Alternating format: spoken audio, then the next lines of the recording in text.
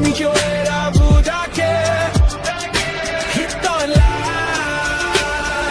준비만 간다 또한 간다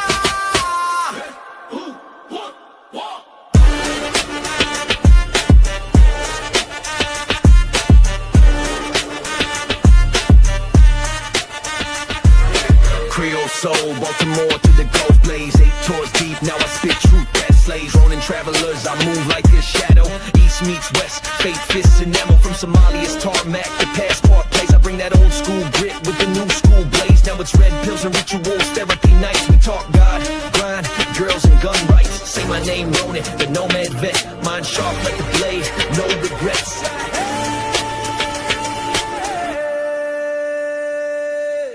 Lord, Father, crypto, mining gear From data wars to Dominican beer Fearless to channel the code, the key Where warriors speak what the cowards won't see I bring calm to chaos, facts to the cap Run a chessboard life, no tick-tock trap Thursday therapy, kings get they say Now it's hit and run, we ain't come here to play It's hit and run, no filter, no fear Truth gets wild when the lions appear Street to sky, we breaking the frame Ronin and fearless, remember the name Sin reglas, sin miedo, directo al grano Estos hombres hablan fuego, hermano Tunay ang usapan, walang kakasa Hit and run, walang atrás Shinjitsu no michi wara budake Hito elan Zumbi man tanda Hito ang tanda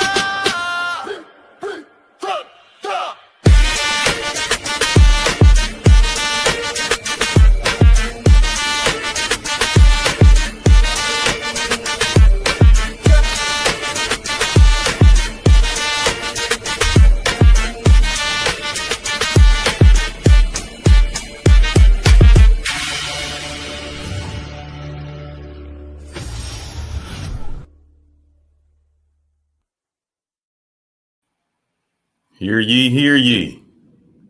The court of public opinion is now in session. You've been waiting all your life to say that, huh? That's right. Without being in front of the bench. No, I want to say guilty. Send him to jail. Get him out of here. Get him out of here. Too easy, man. Hey, we'd like to welcome everybody to our hit and run session with me and Fearless. We got our special guest, BMT, and he wants to get things out there in the open as far as, ethics and morality when it comes to doing business with brothers, whether it be here in the United States or abroad. You got to know who you're dealing with. And while some people might approach you with a good business idea, maybe sometimes it ain't such a great deal, depending on who you're dealing with. But before we bring up BMT, I'm going to play this little video to kind of preempt the thought process behind this hit and run.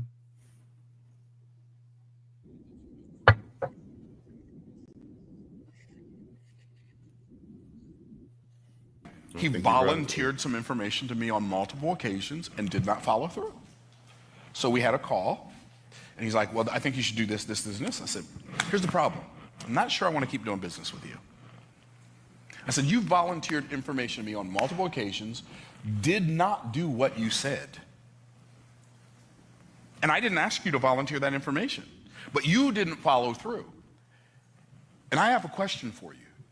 If your word doesn't mean anything to you, how could you expect it to mean something to me? You say, Myron, you said, well, I don't know anything else to say. I've already paid this person, right? But I'm not going to go, I'd rather throw good money after bad than good experience after bad and waste my time. Are y'all tracking? Like when you tell somebody you're going to do something, just do it. And if it has to change, go to them like a man, like a woman, and tell them, I have to change what I said. This is why I have to change. If you'd like a refund, or if you'd like your money back, or if you don't want to do business with me, because I get it, but I have to come to you and let you know. Be a straightforward person, because people, even if people don't like you when you're straightforward, they can't help but respect you.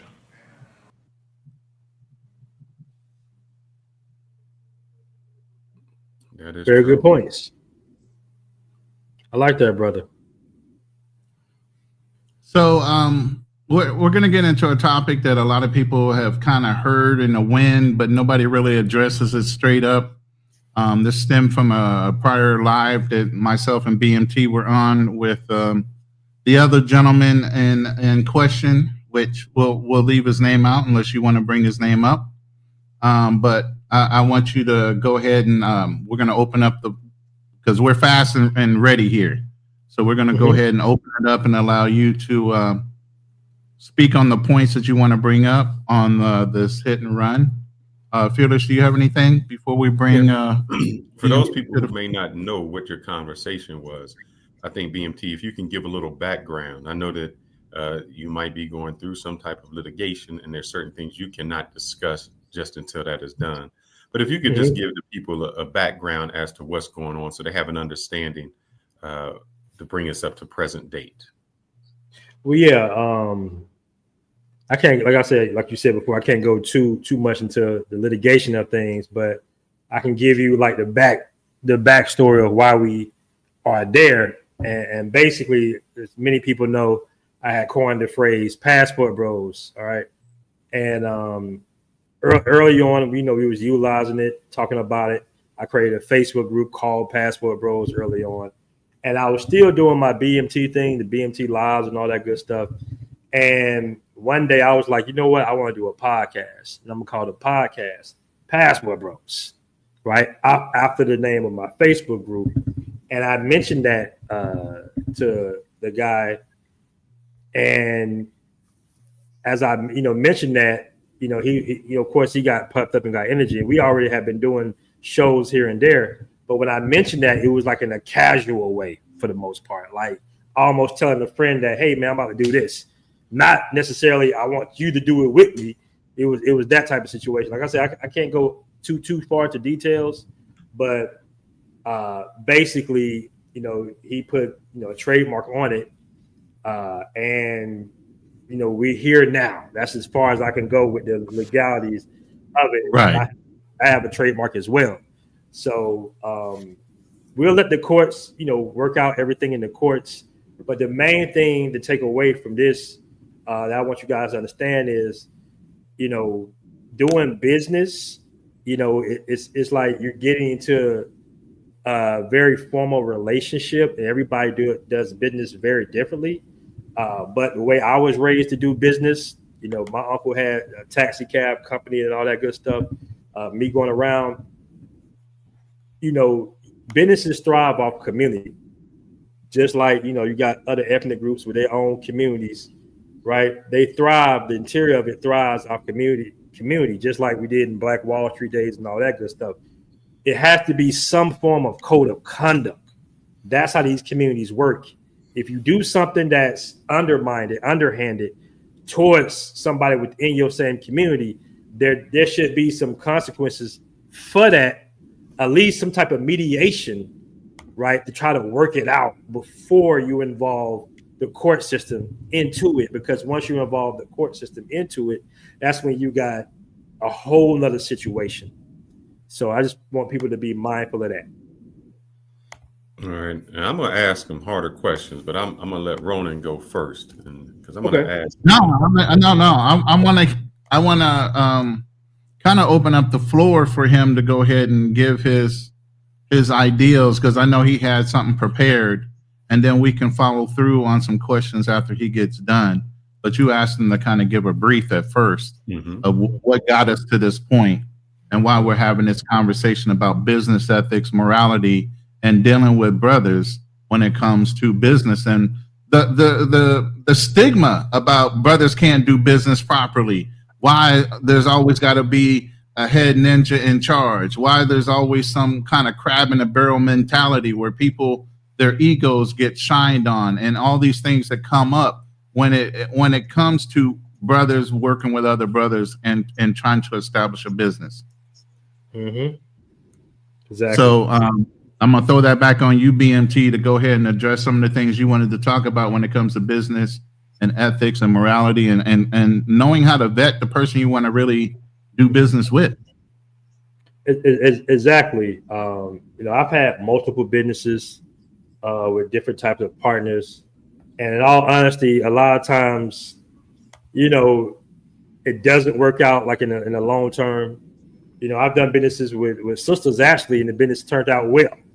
You know, so it's a lot of egos involved, like you said before, a lot of crab in the bucket mentality. It's very unfortunate, and we got to figure out a way to solve, you know, to solve this. You know, because like I told Ronin before we did the show, I said the opportunities that we have today within corporate America might not be here for the younger generation. So we got to try to figure out a way to coach the younger generation to be comfortable enough to trust each other, to do business with each other. Right. When I first started traveling, one of the biggest things I remember was going down to Rio de Janeiro. This had to be like 2017, right? And seeing about 7 to 8 Asian guys, right, celebrate, you know, party in a restaurant basically. And they all spoke English. And I was like, hey, man, it's somebody's birthday. He was like, nah, man, we just bought, you know, this building. And I'm sitting here in my head. I'm just like, wait a minute, you can buy buildings in Rio? Of course you can, right? So that's when I clicked in my head, because on the beach in Rio, if you've been to Rio, you got flags in Copacabana. You got the Dutch flag, you got the German flag, you got the, you know, the Spain flag, all these different flags and everything. And I'm like, in my head, I'm like, okay, that's how they get down. When they come overseas, they kind of together, and they do business within that community together. And I would like the same opportunities that we can do as Black men. Like, where's our flag? Like, even in Thailand, even in Pattaya, bro, you got the Russians got their community. The Indians got their community.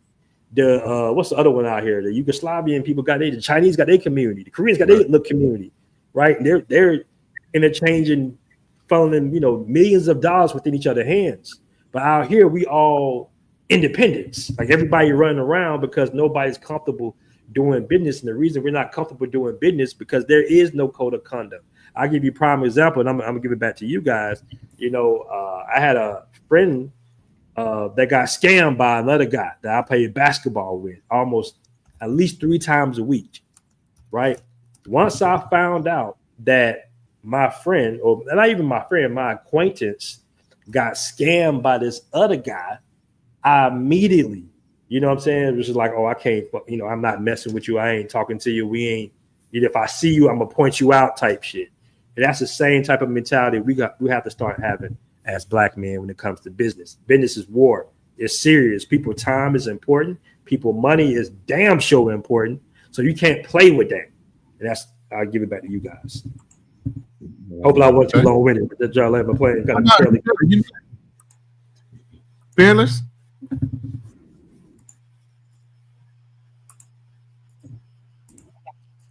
Are you over there reading, typing? No, I want to bring something up. So I didn't want it to play, and I wanted to show it.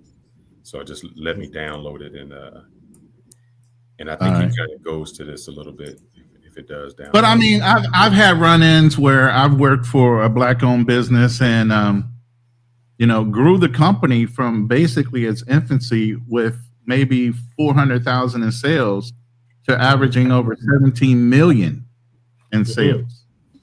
And was under a contract, a short-term contract, 4.5 years by the time I got in it. And then I was supposed to renew within that 6-month time period before we hit 5. But the contract stated that if I grew the company to a certain level, I was supposed to be getting a VP position with ownership rights, right along with, if you're wanting me to continue to sell, I still want my 35%. But I earned that right. But some brothers, and here's the biggest thing. It's a sales organization. So you brought me in as a hired gun. I did what I was supposed to do and grew the sales department and grew your sales overall, got you with some major contracts and everything else. All the while, he's trying to sell and compete against my numbers. I'm a hired gun. You ain't never going to beat me. I'm supposed to be setting you up as the president of the company to go rub elbows with other presidents. You don't need to be in here trying to sell. But again, we get into this ego thing when it comes to us brothers. We got to compete with each other. When really what you need to do is understand how to delegate and step the fuck back and let them do what they're supposed to do. Absolutely. But a lot of us have egos. A lot of us want to prove that we can still do certain things. That's the reason why you got the money in the first place. You need to learn how to delegate and coach the people you put in place to do certain things. You don't have to handhold people. That was one of the things in the military I had a big problem with. They used to call me One Way when I first got in the military. You get all these military nicknames when you go into any kind of branch. And my nickname initially in my first unit was One Way. And the reason that is I always had somebody peeking over my shoulder trying to tell me how to do something. I'm like, look, let's get this straight right now. Let me do it my way first. If you see that I've made a mistake or it wasn't done correctly, I'm more than willing. I am coachable. But what I don't want you doing is leaning over my shoulder as I'm doing something, trying to get it done. And that's how I got that. Because it messes up the thought process. You gotta, you know, doing a formula. Exactly. Micromanaging. Yeah. And I've never been that way. Even in executive management, I've always learned how to delegate. Even while I was in the military, I always knew how to delegate. I was never, and I would ask you as a man, even in the military. And then my nickname changed from One Way to Frosty. Oh, goddamn, you're cold as fuck. No, I asked you to do something as a man twice. Now I got to pull rank and act like an asshole because you couldn't get it done in a reasonable amount of time. You know what I mean? Did you find what you were looking for yet, Fearless? Yes, I wanna play this. All right. And just take it how it is. We'll talk about it, but I just want you to see something first. What's your website going to be called? www.myeverydaypajamas.co.uk. Okay, so you've bought that, right? I haven't bought it yet, no. Isn't that an oversight? Yeah, I just haven't got around to that yet. I mean, what if somebody gets there first? That would be a shame. Well, somebody has. Yourself. I've also bought myeverydaypajamas.com, myeverydaypajamas.net, and just to really protect my investment, myeverydaypajamas.uk. You're essentially looking for £250,000 worth of investment in a website that you don't own. I say that to say this. One thing you never give away is your ID until you have it locked up. Because it's not really yours, it's just your idea. And throughout history, we've seen people say, oh yeah, I thought of that. But the thought didn't mean anything until they secured it. And, you know, I think we interviewed Tommy Sotomayor, and his complaint all the time was, Kevin Samuels took my idea. Kevin Samuels took my idea. Well, he perfected. You can't be mad at what he did. You know, if you didn't secure it, you didn't do that. And that's not to put something on you to say it.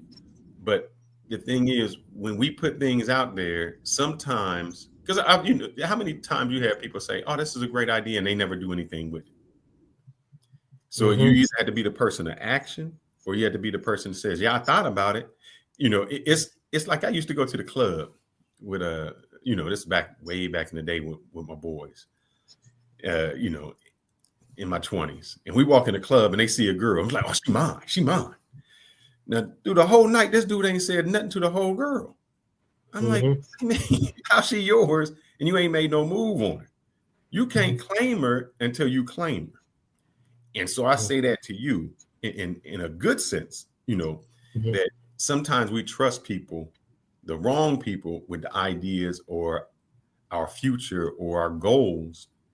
And we should never share that until we have it secured, because we don't know what's inside someone's mind or what their other intentions are.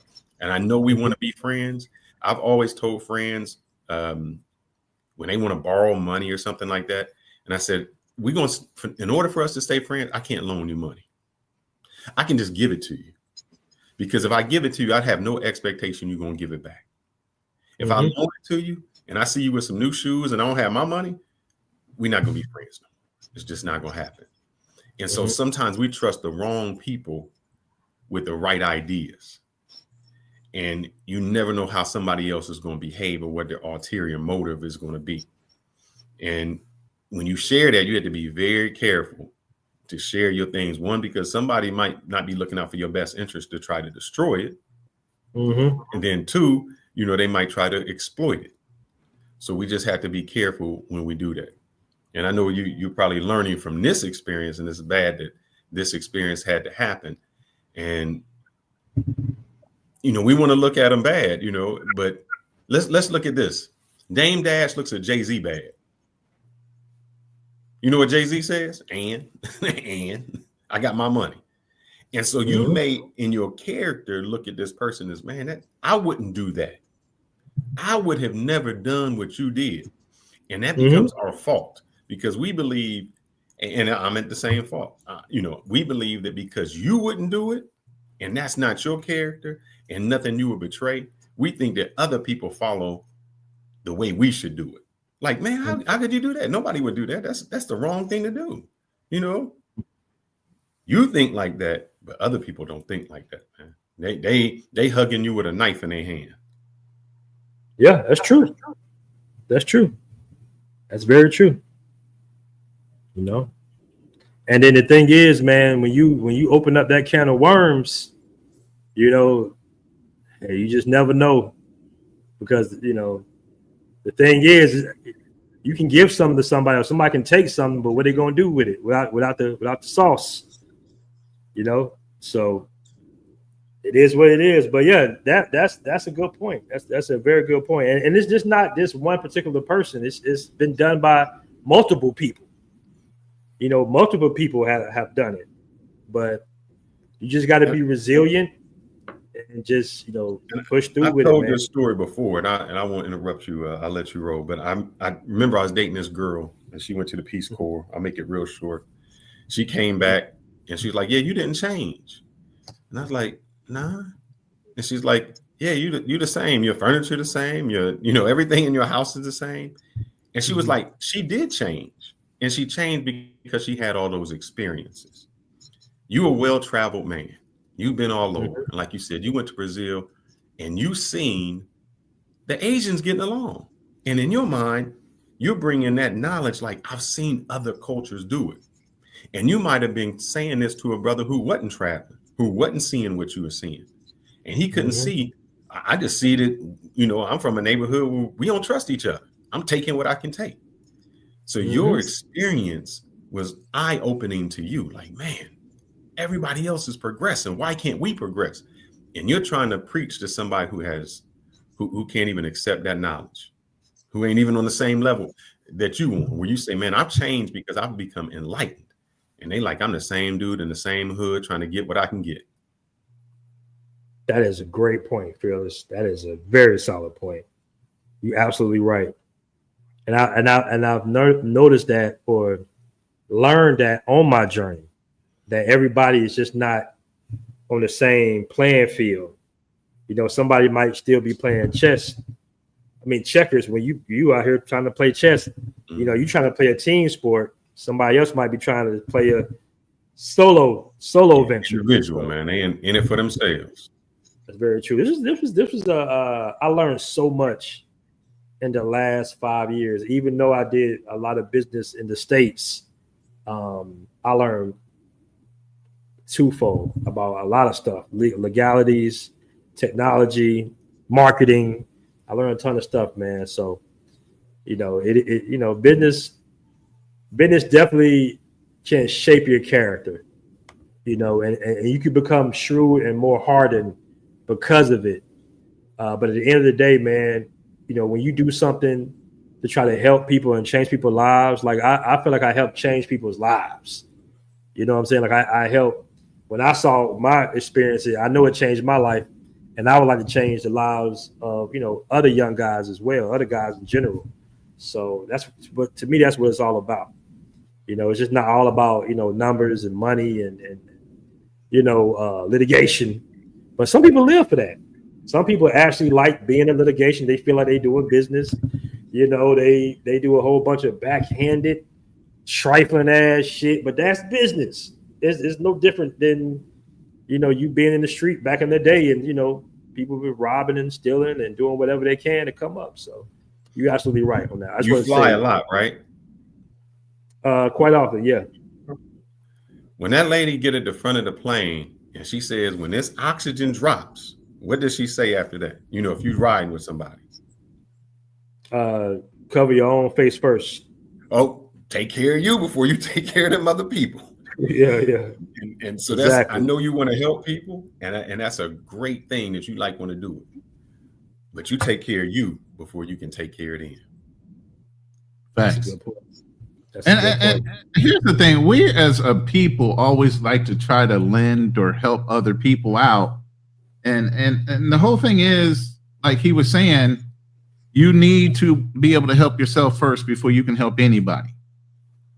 You know, so you know, the biggest thing I'd like to say is, growing up, there is only one thing or two things you can control in your life: is who you were going to be and how you acted, and your word. Your word meant everything when we were growing up. You broke your word, it was good enough as you were paramount to being done. If everybody found out you weren't a man of your word, that means nothing in this society nowadays. Honor amongst thieves and all these other things are dead in this world of technology.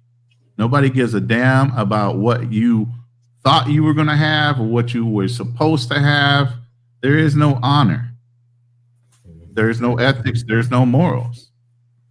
You know, we are in the last days when it comes to just the whole chaos and toxicity of what this world has developed into. You know, I'm gonna read this question. I don't know if we need to get to it at this point or before we end, but the question at a panel says, my question with the panel is how we might explore how to change this mentality so there is more collaboration, more mutual support, and more growth. And I think they had a few questions before. Do you guys believe it's cultural and it's become normalized in some ways? Why collective progress is sometimes lacking? And a lack of trust among members in the same community prevents a building of solid, productive business. So it's kind of along those same lines. Why do you think that is? So let's go back a little bit. This happens. You see that this transpired. What was your reaction to it? I mean, all right, hey, bro, how did you approach this situation? You said you tried to talk. Mm-hmm. What was prior to that the communication, and then what after that was the communication? Well, I know I contacted my partner at the time, and he was highly pissed off. Like, he was like, "Who is this guy?" You know what I'm saying? It was crazy, man, because so many people called me, and they was just like, "Bro, I don't even know why you had homeboy on. He was boring."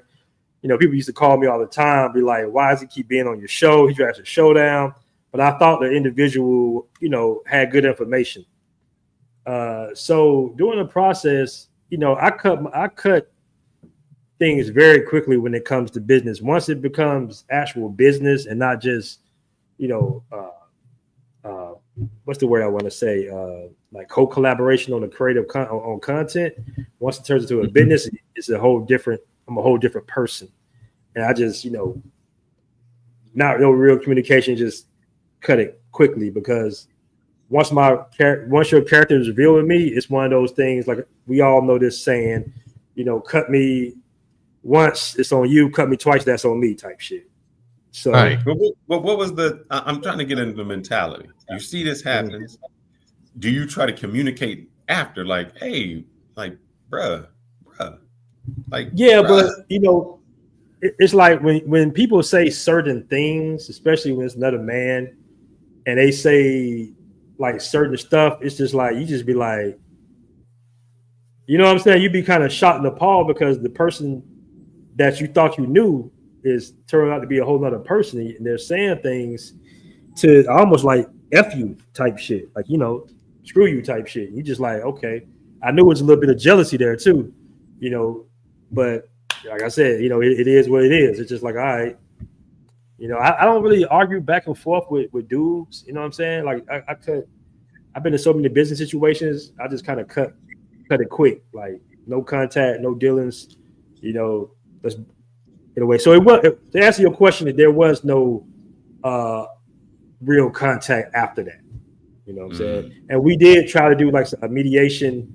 One of my business partners tried to do a mediation, and I was just like, bro, when somebody jealous and envious of you and want to just try to take from you, to try to like, you know, it's a crab. When people have a crab bucket mentality, is no negotiation. There's nothing you can do. Like when somebody has malintent towards you, it's nothing you can do, because even if you try to work it out, it's going to be so quick. It's like trying to build a bridge on matchsticks. It's like any little thing that go left or right to the other person is like, I knew I shouldn't have did some shit with this. I knew I shouldn't have did no business with this dude.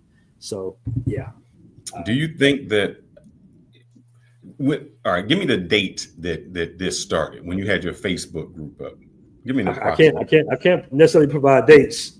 Okay. Let's just say I'll just say 5 years. I don't know a date. I'm just giving an arbitrary date. Yeah. 5 years that name has been out there. People have been using it. Do you think because of this that really lost? I would say lost money, or wasn't able to exploit the money because of this. Meaning, if during 5 years ago, just an arbitrary number, this is yours. Now you can go forward with whatever you want to do. It was a grand opportunity. Do you think you've lost a lot of momentum and opportunity because of this? Okay. I'm not sure. Like I say, I can't really just dive into that too much. Yeah. I'm just saying, like say you had the patent for or you invented a car. Yeah, I understand what you're saying, but I just can't. Because there would be a monetary value that he could be affixed to based on his answer in a court. All right. Well, what about this then? Do you think because of that, it has allowed other people to just come in and hijack the movement? Now, I've seen a white group with I forgot what they call it, Passport something. No, they're called Passport Bros too, but some of them are LLC, some of them are a whole bunch of different. Everybody's considered a passport bro if you get a passport now. The whole phrase, yeah, but the whole idea behind the bro was when you call somebody a bro, it was a brother. Correct. Short for brother. You know, we got the Black Man's Options in here, and they had their group down in Brazil, correct? And they were part of the Charles Tyler crew, and so they've been around for a long time. And I know the word or the phrase has been around before you two came across it and wanted to kind of like put it in a vice and lock it down, you know? So who's to say it belongs to any one person? But at the end of the day, it got trademarked. Now there's an issue. Mm-hmm. But do you think because of the, and this happens to a lot of us, and I bring it up for this reason. We fight so much among ourselves that the white folks sits back and be like, oh, let them fight. We just going to create while they over there disputing. We in the neighborhood fighting over a corner, and they say, oh, let them fight. That'll bring it down, and we're going to gentrify this and make millions. So while we fighting over something that is meaningless, they over there capitalizing off of our inability to work together. So that's what I think. I think other people, because of this, were able to capitalize on this movement, this opportunity, this name. Well, see, the biggest difference I see within the other communities is they usually try to mediate within that community. Yeah. Like, for example, when you got Mark Zuckerberg and the I forgot the name of the twins, Winklevoss twins or something. Like that was somewhat mediated by the older gentleman, right? You know, even in the movie, you don't actually see them in court. You know, that's just them pretty much, mediate a problem. And that whole community, like Mark Zuckerberg raised a shit ton of money. He like Mark Cuban said, there were already social networks out. You already had MySpace, Black Planet. The biggest difference was the fact that he created a social network and raised a ton of money within his own Jewish community, basically. You see what I'm saying? So they was able to work that out before he even got to a point. And I just don't think that we really have that. Excuse me. At the same time, even if you mediate, if somebody's coming in who has no code of conduct, who's coming in as an independent, and you coming in more so as somebody that's, out there doing business, doing what you're doing as a collective, they're going to just do whatever they want. And that's the problem with our community. Dudes just kind of do what they want to do, right? Because he knows there's no consequences. Ain't nobody going to cut him off. You know what I'm saying? Ain't like, he can't move around, nothing like that. But in the other community, when you do something like that, that would be a big issue. And you won't be able to get no money within that community no more if you cross certain lines. So that's what it is. It's just no consequences for being a dirtbag, basically. I know that I see somebody in the comments that says whites also fight against each other. I would say this. I work with some white folks. I work with a lot of white folks. They fight, but here's the thing. When it comes to that money, they don't hate you. They don't like your wife. They don't like your granddaddy. We don't like, you whatever it is, they will put all those differences aside to make that money together. And like when it comes to money, we can make it together. What we will do is just say, we will burn the house down so that nobody gets paid. Like, if I ain't getting nothing, you know how it is. If I'm going to jail, everybody going to jail. We would do that. The difference with other communities are, one, there's a respect and a hierarchy, and they know the end goal. We don't know the end goal. We don't know that. Yeah, they like, even, and I'm just using this community as an example because they make a lot of money. But even within the Jew, if you just have a conversation with an average Jewish man, he'll tell you that, man, we don't hold money like that. Like, we just move it around. We just keep moving it around. There's nothing to be held. Money ain't got no owners really, but they move it within their own community. Mm-hmm. See what I'm saying? Like, they move all that money within their own community. For example, if you doing business with a manufacturer, and that manufacturer does what's the word you tie your shoes with? Laces. They do laces, right? And you do the actual, leather of the shoe. Well, guess what? Sales went down. But guess it don't matter. You still gonna order that same volume from that lace company because y'all all within the same community. If I'm getting 400,000 orders, I'm gonna still get 400,000 orders because the money will come back to me eventually. It's all going within the same community. So they have that. They have more of an understanding. At the same time, the biggest difference that I see is that their success is tied with each other. Our success is individual a lot of times. And what we do in the Black Wall Street days, there were, we couldn't go on the side of town and make money or even buy anything.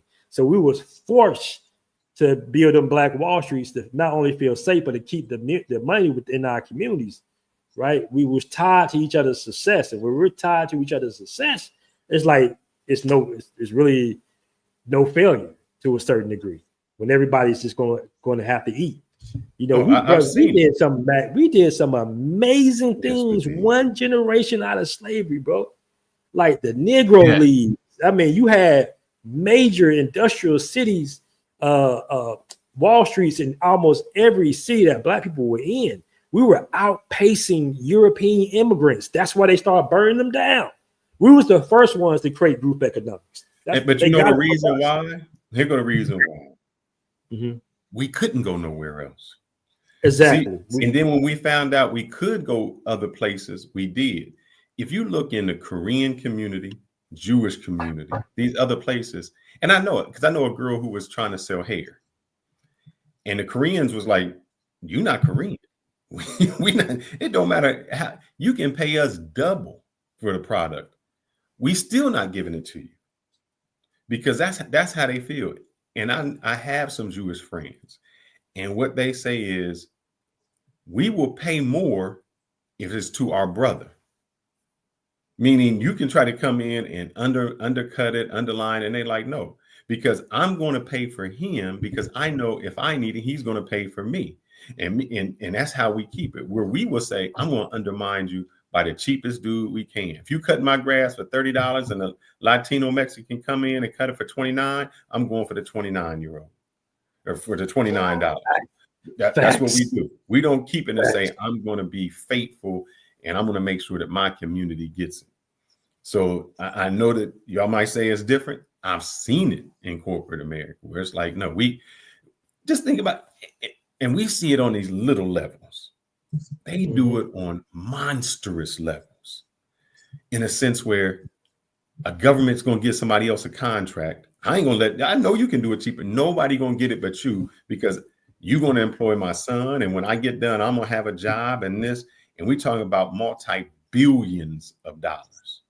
Where we talking about $100. If we can't get along over $100, what make you think we can get off on $1 billion? Mm-hmm. We can. And it's bad like that. My other question to you is, I'm going to go to the end.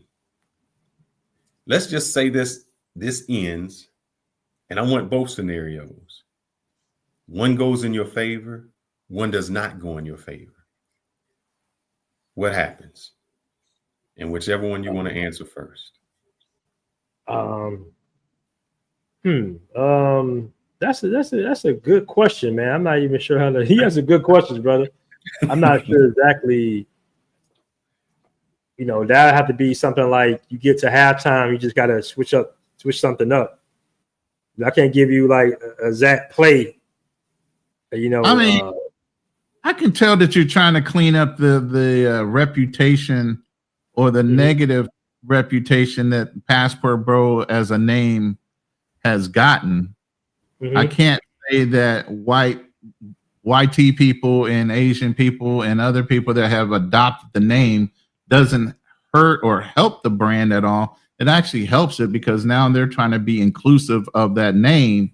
I think once you or whoever gets it locked to ownership, y'all need to really put a grip on it and start holding people accountable for misusing or misassociating. We talked about that before, with true. Yeah. With the thing that came out with Jay Rello, and them throwing that name around like he was part of that crew. And they keep doing it. They doing it. They keep doing it. They keep doing it, man. It's Passport Bros is a victim of its popularity, unfortunately, because it's triggering with the bros at the end with the black male orientation. Then you put a passport in front of it. Passport Bros got over 400 million mentions. That was 2 years ago. I ain't no telling where it's at now, meaning that 400 million people have heard of that term, basically. So, yeah. This is asking you the minute you say you getting on a plane. They asking people now. You Passport Bro? I heard about you. You guys. From what I hear, I'm not a Passport Bro, but I want to shout out my boy. Thank you very much for the $10 love. Yes, it is my birthday. I do accept donations. I am not so wealthy that I won't take your money. I want your money. This is a business to me. I do want donations. But yeah, I'm turning 58 years old, October the 3rd. I'm a little ahead of y'all, so I'm 12 hours ahead. So it's already rolled over into my birthday. So, if y'all want to show me some love, I'm not going to hate you. I'm not going to hate you. That's my little channel, so I'm giving it to you from there. I appreciate it, brother. Thank you. And I'm gonna have some shots. I'm gonna have some shots on the Hennessy you brought me. So I know. Oh, my girl brought me a drink, man. She was supposed to be serving it. She in the bed, bro. She done gave up. She was supposed to be bringing me a drink. I was going to try to have her in a nice little sexy outfit, but she gave up. Yeah, man. And I know the question was twofold. I just always wondered, if it didn't go, would you say, hey, I'm going to take BMT in a different direction? I'm going to do something else, because you're there, you have a great following, you have a great community, and that doesn't need to end. And I'm thinking, it still doesn't need to end. You can still go in whatever direction you want to go. Would you think about doing that to say, hey, let me go in this other direction? And what would you do different going in that other direction? based on what happened here. Even I had a former partner who was like, kind of like, hey, do this, be done with that and start something fresh. But I was like, yeah, nah. Like, nah, man. If you got something good going, branding is very valuable, whether it's negative or positive. Mm-hmm. So sometimes you just got to hold the line, as you guys, military guys say. You just got to hold the line, bro, and just see it through. You gotta play to the 9th inning, go to the 14th round or whatnot. And then if that doesn't work out, then that's when you might come up with a different game plan. But other than that, just be patient and hold the line, man. Because at the end of the day, man, I don't take anything personal when it comes to business. I know people trying to feed their family like I'm trying to feed my family. So, but here's the thing: there was enough in the pie for both of y'all to feed the family. And the crazy part is, I definitely believe that, but in some cases the other person doesn't believe that. You see what I'm saying? Like they just have their vision of that, and although they haven't even been successful with that vision, because I knew they would be, you just gotta, because people don't really. You got people that do business, right? And experienced business guys who've been doing business for years and who are currently making money off of business. Then you got guys that work and they might portray themselves as a businessman, but they actually don't do real. I've seen that a lot too. They actually don't do real business, because when you undermine people and you cut people and you have this mentality where you just so cutthroat because that's what you think business is. I mean, it's really about relationships. Yes. It's the relationships you build with people, because you might have an idea, you might have something, but if you uncut everybody, somebody could call the other person and say, hey man, this guy approached me. What you think about him? And then that person say, oh no, don't fuck with him. Oh man, he did this, that, and the other. Even where I'm at, I hire people and I have people call and say, hey, I noticed he worked where you was at. Tell me about it. That's business. Yep. And I'm gonna tell you this story, man. I'm glad I learned this at an early age. At an early age, I used to do some advertising and print work.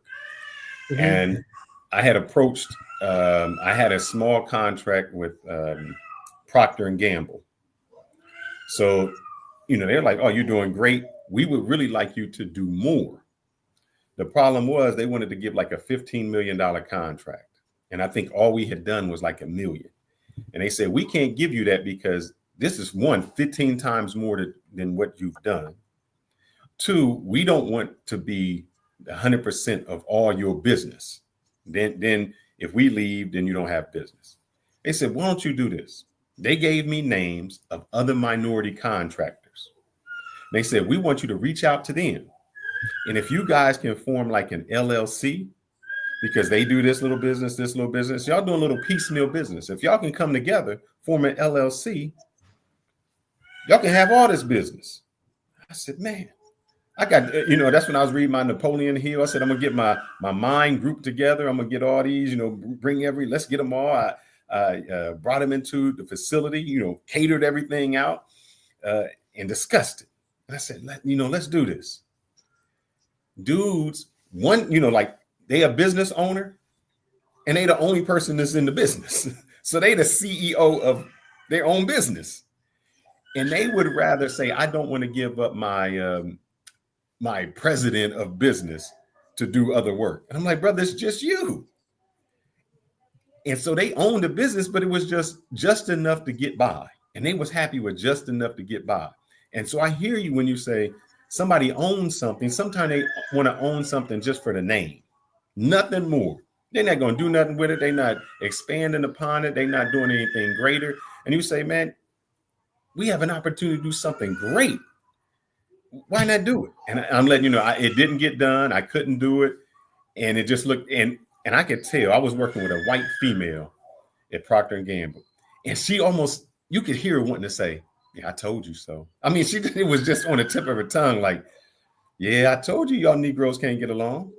And it was just disappointing to know that all of us combined probably had $2 million and we were going to be given 10 times more than that. and we couldn't do it. And so don't think, you thinking of it like, man, we have an opportunity here. Some guys don't even think of that opportunity. They just think, I own something and I got this name, no matter what it is. I got a business card that says I did this. From my experience with guys that's not like familiar with building a team and working with others, it's like I see sometimes that everybody try to be the idea guy or the expert when they really don't know what they're talking about, but they feel they know what they're talking about. You know what I'm saying? I've experienced that right. with brothers too. And it's just like, well, brother, how do you know this? Did you actually do analytical research behind this? Or are you just going off your gut feeling, right? And I'm like, in business, you can't just necessarily go off a gut feeling unless you're very versed and experienced. I give you a prime example.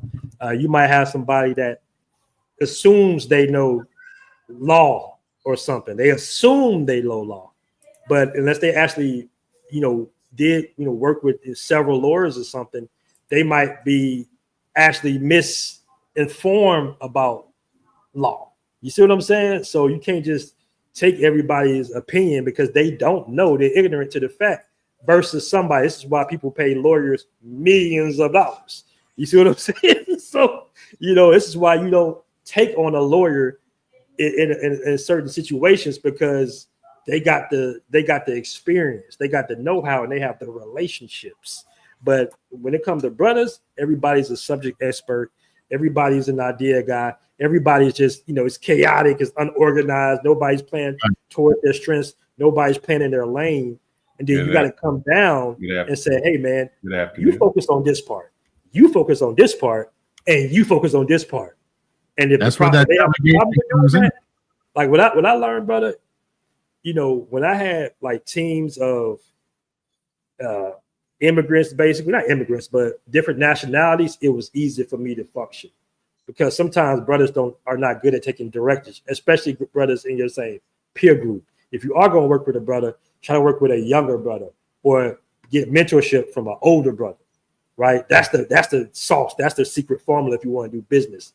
That business you have with your homeboy or something, I hate to say it, but 9 times out of 10, it ain't going to work out. I've rarely seen that work out. Even if it does work out, you can always get the Jay-Z, Rockefeller, Dave, that situation too. Even if it is successful. So right. You got to chop up business. But with us, in particular, with black men and brothers, it's like people don't respect somebody's expertise. And there's always, I know this, I saw this, I Googled this, I Googled that. I'm like, bro, you can Google whatever you want. If you're not a lawyer, you don't know what the F are you talking about 9 times out of 10. It'll get you down the road, but it'll get you in trouble too. I'm gonna read this birthday gift. I appreciate Drew, $4.99. Appreciate the support in the show, always contributing. You're my wrench guy too. Happy birthday, Ronin. Here's 296 pesos. Don't spend it all in one place, my brother. Thank you, bro. I just brought a Ford Ranger, and I'm trying to recoup my pesos for having to spend that kind of money on a ride. But appreciate you. Mm-hmm. Happy birthday, man! I'm getting on a meeting, but I put something in here as to what you were referring to. It's called the Dunning-Kruger effect. And the Dunning-Kruger effect is knowing enough to think you're right, but not enough to know when you're wrong. And that's what a lot of guys do. They think they're right because they know just a little bit to be like, I'm right, but they don't know enough to know that they're really wrong. Facts. It's so true. A lot of brothers don't understand. You have to be a good worker and a good kind of like person that learns through watching. Sometimes some people can read and think they know it, but it's not until you put it into practical application that it actually works, and you start to understand the nuances of the business. You start understanding the inner workings of a business. Everybody always wants to jump up to the head, but you don't know how everything functions in the business. How do you run a business if you don't know how everything works? It's like, when you drive a car, you got to go and get a mechanic because you don't know how to fix the engine. You just know how to turn the key and step on the gas. Yeah, absolutely. You're absolutely right, brother. I had to learn coding. You know, it was like a hard, not hard, but it was a journey. You know, when the app idea was initiated was because our Facebook group got taken down for no reason. You know, they got taken down. So that's when the idea for the actual app came about. And I got screwed over so many times by different developers, right? Brothers, Indians. I think I had, just different guys. It took me a couple of years, you know, and I had raised money for the app. So people were like, yo, where the app at? You a scammer now? People would call me a scammer and shit. But I'm like, no, if anybody got scammed, I got scammed. You know what I'm saying? I'm the one with all the money involved in this. So, you know, eventually we got together and I built my team. And shout out to all the developers that I've worked with so far, man. Just give a shout out to them. They work hard. And now, you know, everything is good. But you definitely got to delegate. You definitely got to hire people and outsource because that's the key element. You should be focused on what you do best. And it might not be the CEO. You might be a better fit for a CFO. The thing is just having the ownership, you know, having the ownership stake within it, but you still might be good at marketing. So you're going to be the CMO. So it's all about a team effort, man. It's all about the all-star team at the end of the day. It's not one person. When you see a corporation, it's never just one person. And the sad thing is that person wants to be the smartest person. And if you're the smartest person, then you need a good organization. I think the CEO title is overrated sometimes. You know what I'm saying? Like it is one of the highest titles but you are responsible for that's why they pay you guys so much in these corporations, because the buck stops with you. You're the quarterback basically, right? And so you got to talk to the board of directors, everything. You got to make sure your CMO and CFO are in line where they got to just focus on one thing. You got to focus on several.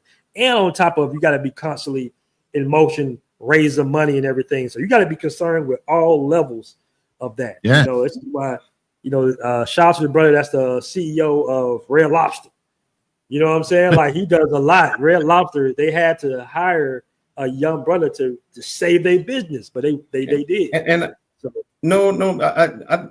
sorry, not to interrupt. I see Mr. Blackwell said something that is very incorrect.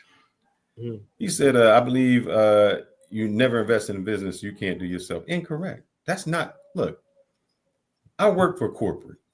And here's what it is. Once they tell you, here's the formula, here's what we're going to do, it doesn't matter where you go inside of the business or outside of the business, the formula still works.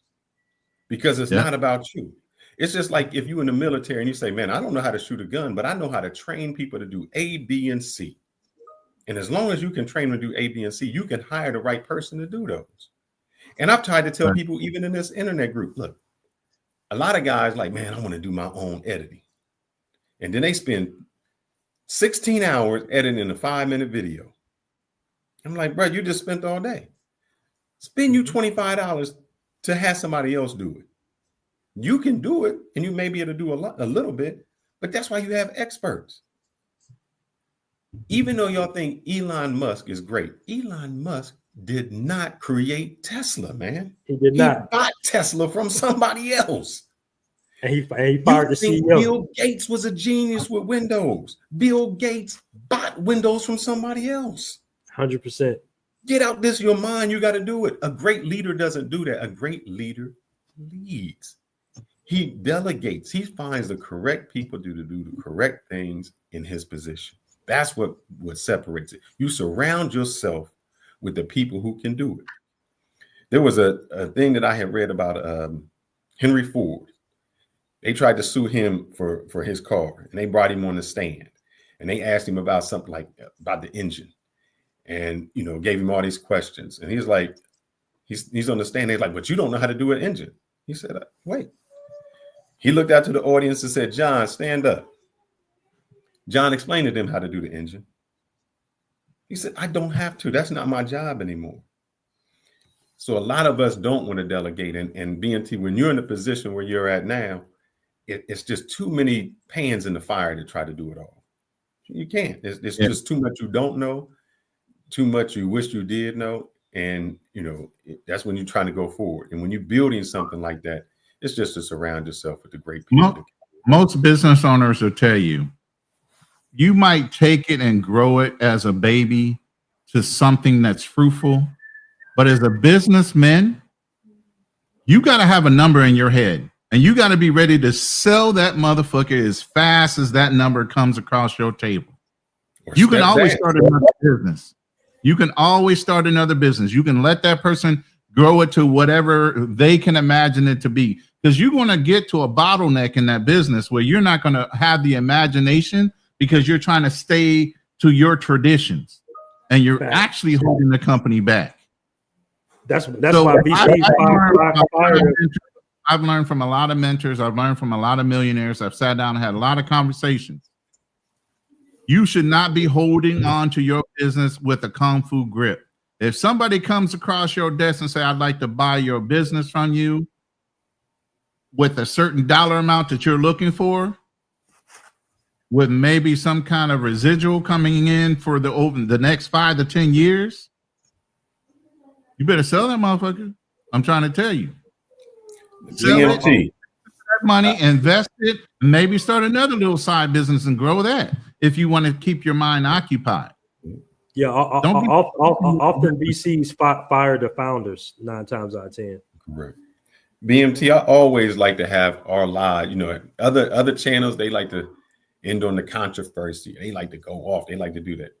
I always like to bring the positive out. So my questions here are this. What insight can you give to other people who would be trying to start a business from the lessons that you learned? Because, we learn from our mistakes to say, hey, if I was to do this again, what would I do differently? What lessons would you give to people who want to go into business now, who say, man, I have a great idea. How can I make this work? So from your experience, explain to the people the path that you would take or they should take. Well, this business was a little unique because it was, something new.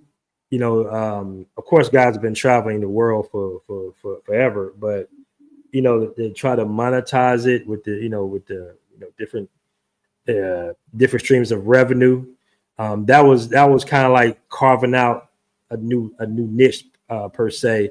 But as far as just business in general, I would say learn as much about that particular industry before you invest $1 in it.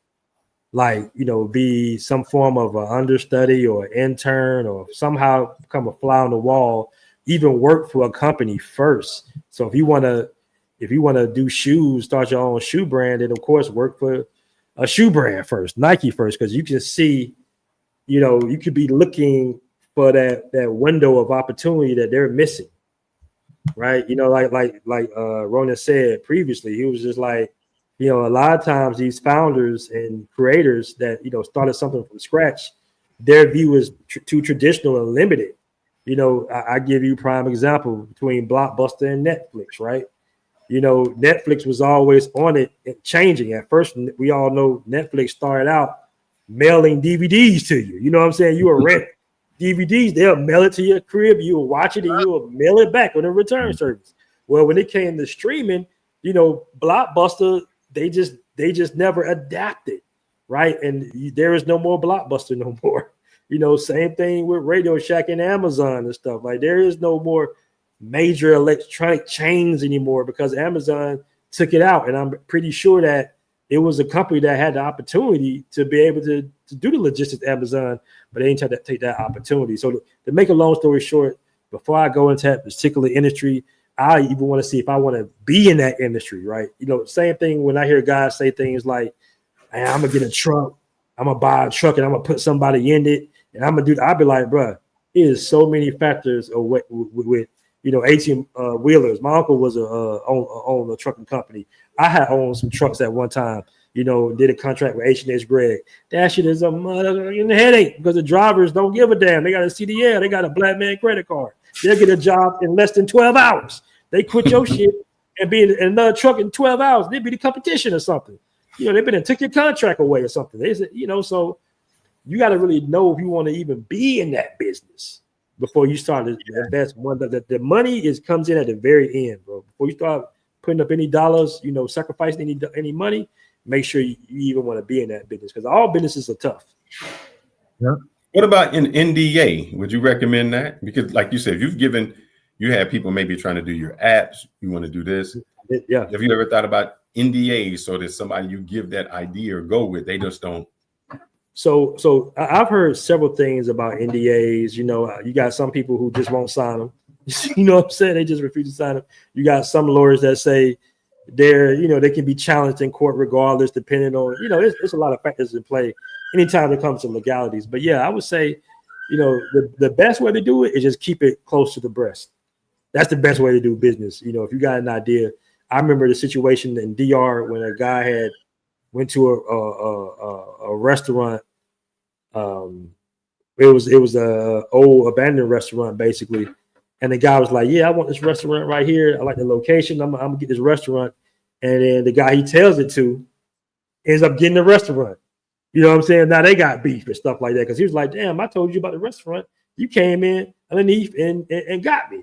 Even though that restaurant still didn't work out to a certain degree, it was like it's just so many factors at play when it comes to business, man. You got to really know what you're doing, and you got to really actually enjoy doing what you're doing at the same time. Absolutely. And when you were talking about the trucking business, man, I've been in the insurance game for almost 15 years now. Mm-hmm. That's a headache, man. Just as an actuary on understanding risk factors, man. Come on, you don't want to be responsible for nobody behind the wheel halfway, even as an employer. You don't want to have to deal with that either. They'll wreck your truck and be in another truck in less than 3 weeks, just 3 days. They'll wreck your shit. Now they're like, okay. And it ain't even hit the DAC report yet because it's still so fresh. So he ain't got a whole nother job. The company ain't gonna check another DAC report for another 6 months or something. He wrecked your truck. Now it's all types of shit, bro. Let me shout out. I actually got banned from H&H Grad, bro, because of my trucking business. Yeah. I went off on the guy, man. I went off on the guy, man. I tried to drive my car into the warehouse, bro. Like I was trying to get this guy. This guy, one of my drivers didn't show up for work, and I like, damn. So I booked it there, and hopped in, and he had already gave away the load and shit. I'm like, well, you could have called me, bro. I drove 3 hours to get here to get this goddamn load. You should have called me. He wanted me to come up there. The trucker business is ruthless, bro. It's probably one of the most ruthless businesses out there. Did we lose him? No, I'm still here. Can you hear me? Okay. Let me read this super chats real quick. I appreciate everybody for the birthday wishes. Shout out to Black Man's Options for the $20. Happy birthday, Ronin. Thank you very much, brother. I appreciate you joining us tonight. I know you could have been anywhere, but you chose to join us. Thank you very much. And my brother D Ward, who's always supported our shows. Appreciate the $5 love for my birthday. Thank you very much. Go ahead. Yes, sir. Birthday wishes, man. Man, 58 years, man. Jesus. You're fortunate enough to get here, but you don't really know if you are going to get here or not. Some of the things I've seen, some of the stories I've told people are like, you're lucky to even be here. I am. I'm blessed, to be here at this age and the health that I'm in. Everybody doesn't have that fortunate enough ability to even make it here, whether it be voluntary or involuntary. Yeah, man. Man, this is a good story. I think that we got to do it. So the other question would be to go back, how we get along. How do you think we can get along? And this happened to you. All right. There's one girl that might have screwed you over. Does that mean you don't trust all other girls after that? Or do you just say that was that one girl? Just like the one business person that may have messed you over, does that mean you don't go into business? Or do you go in more cautiously? How do we get along? How do we become the Asian and Jew community? Man, there you go. There.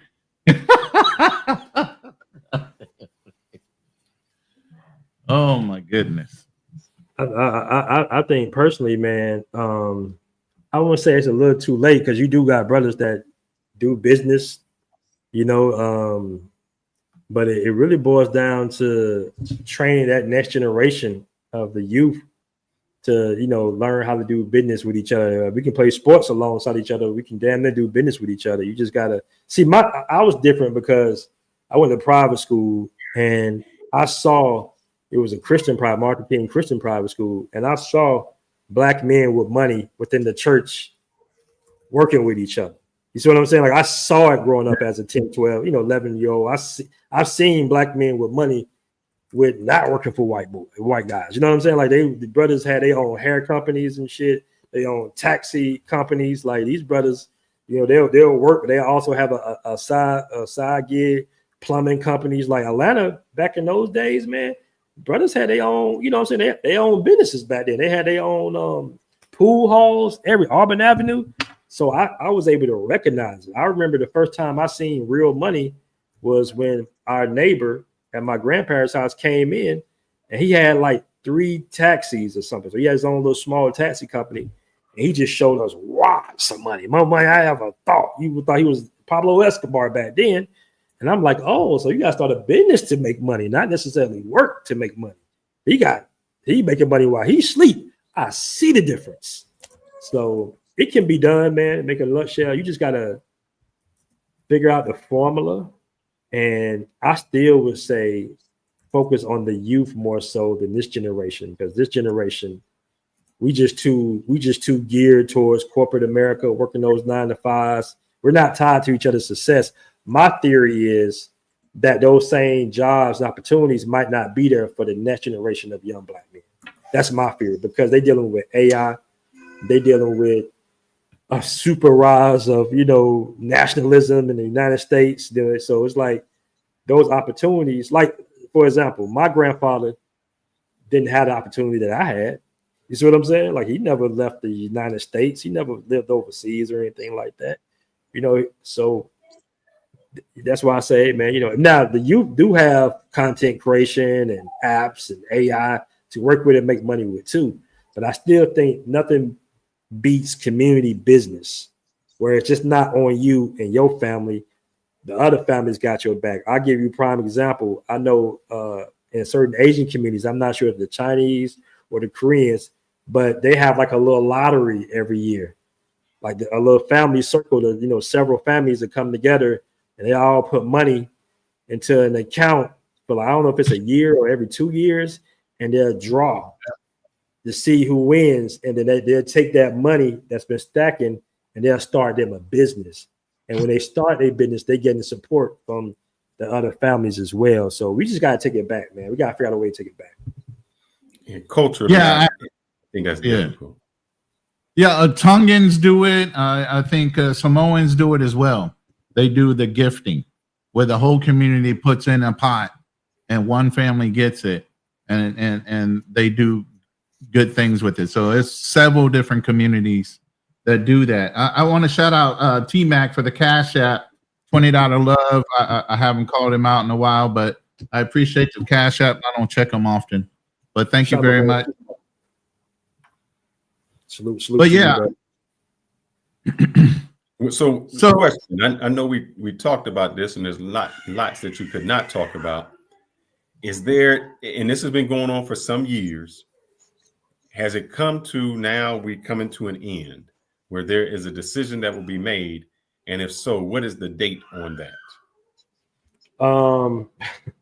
I wish I could tell you, I wish I could provide that to you, but there's some things he didn't talk about, but I know the information. Like, you guys have a tentative agreement or some kind of decision by the end of October, correct? And then not even November. Not even that, man. It's a long, drawn out process, and unfortunately, some people like litigation, so they can draw that process, especially when they're not paying, an attorney basically, so they can draw out the process that they just, you know. So there's no specific dates because you got one person on one hand that wants to get it done. You got the other person who just wants to keep drawing it out. So there is no specific date. Don't they cost money? I guess I don't like to spend no money where it's unnecessary. Like I said, some people think litigation is. I don't think litigation is business. I think litigation is just litigation, basically. You know what I'm saying? But you know, hey, it is what it is. It's like divorce. The only people that get paid are the lawyers. Pretty much. Facts. And like I say, I would go into more details if that said person was here, present. But right, you know, it's you know, when they're not present, it's only so much you can kind of talk about. No. Yeah, I know you got to be tight-lipped because we talked about possibly having you guys on the show to actually do a structured debate and leave it to public opinion. But because of the litigation that was pending and everything else, it's a touchy thing to want to get on and actually address some of the hard questions because you open yourself up for the defense or the offense to take advantage of your answers. So I understand that, and I don't want to dig too much into it, but I hope you brothers work it out because at the end of the day, like I said, I just want brothers to be able to understand that you can work with people you trust. I trust my brother Fearless. You know, we family. I call his wife my little sister. You know what I'm saying? So, you know, there's certain people where you can kind of, there's a bond there. You know, there's a kinship. And then there's certain people, once you give them a little bit, they kind of tell on themselves. You got to be very aware of those signs and when they tell on themselves of who they really are. You know, like the saying goes, when they tell you who they are, you got to believe them. Mm-hmm. You got to believe them because you're going to wind up screwing yourself for trying to do something outside of what they said they were going to do. Man, it's just sad that we've gotten here, and you wish that we could work things out amongst ourselves, but you know, it doesn't happen like that. And it's just as a learning lesson for us all, you know, because we always think that it'll happen to you, but it won't happen to me. We always had that mentality. You know, and that's everywhere. I mean, I'm talking about brothers traveling to Medellin. He got drugged, but I'm not going to get drugged. He got robbed. I'm not going to get robbed.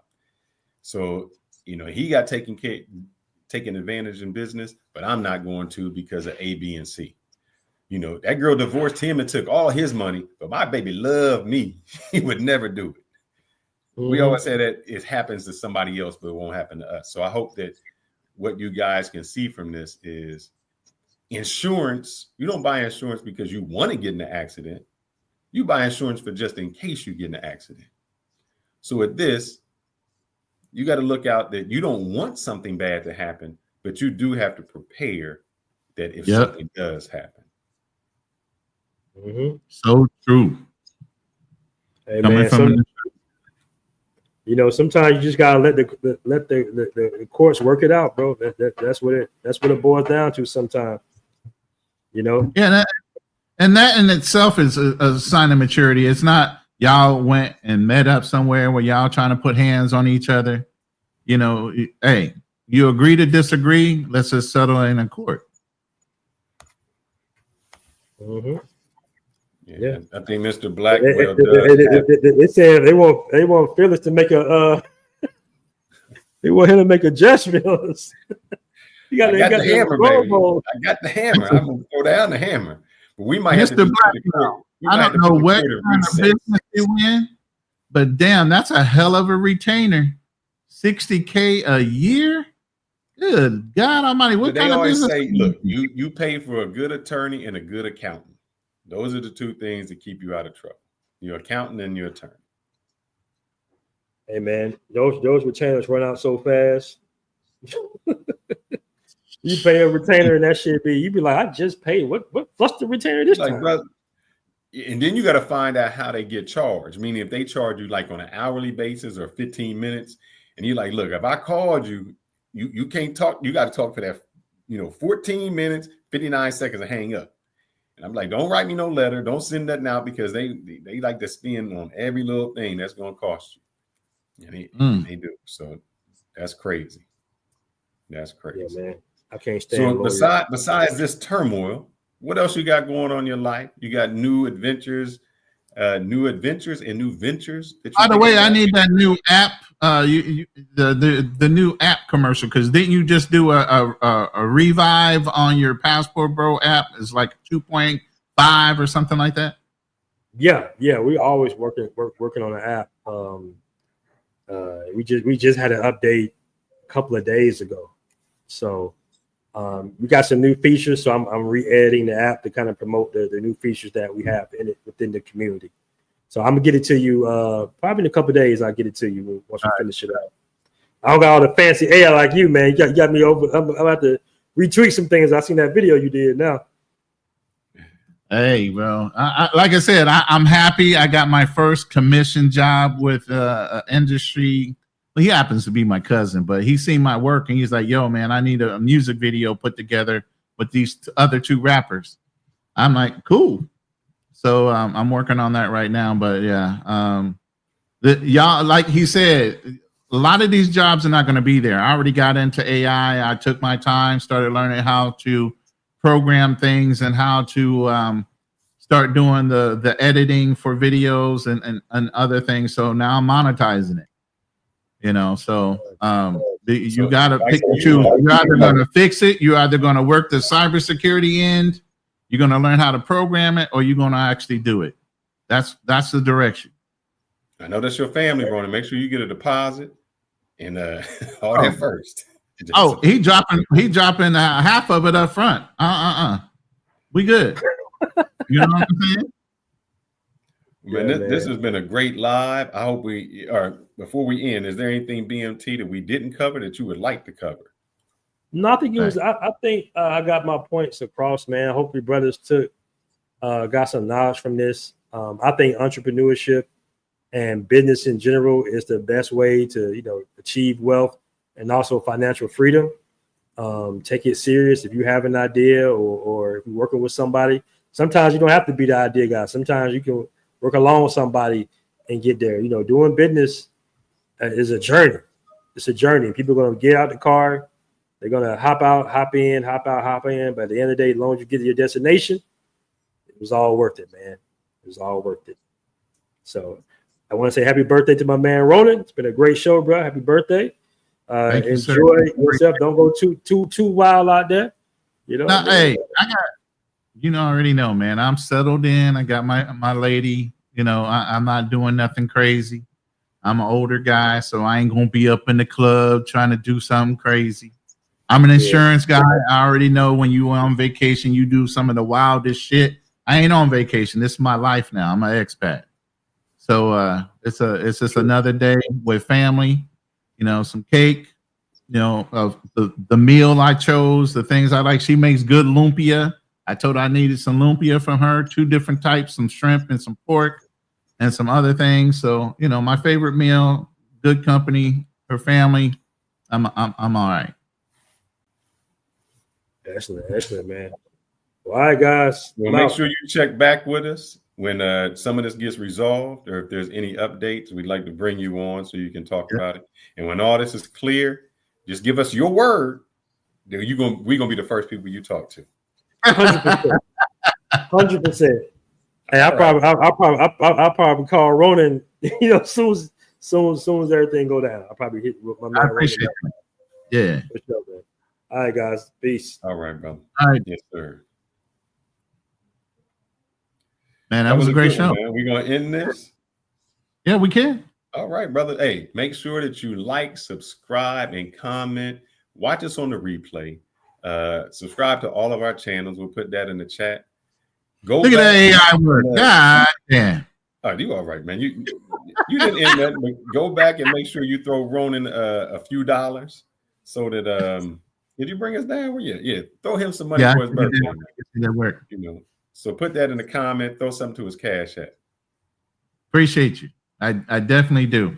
And for those that are on each other's channels, please go over to the other guy's channel, Fearless. Go to BMT Live. Subscribe to their channels. They all put out great content. Fearless, you got like 3 channels going now. I'm trying to get my second one going. It's going to be more on finance and investment, retirement plans, stuff like that. So, how are your other channels doing? Do you want to promote those real quick and get your likes in the chat for you guys? There's like 3 of them, maybe 4 of them. Notes. Let me go to my notepad. Give me a second. I'm bringing them up. Which one is now? I don't know. You got Canal coming to your house.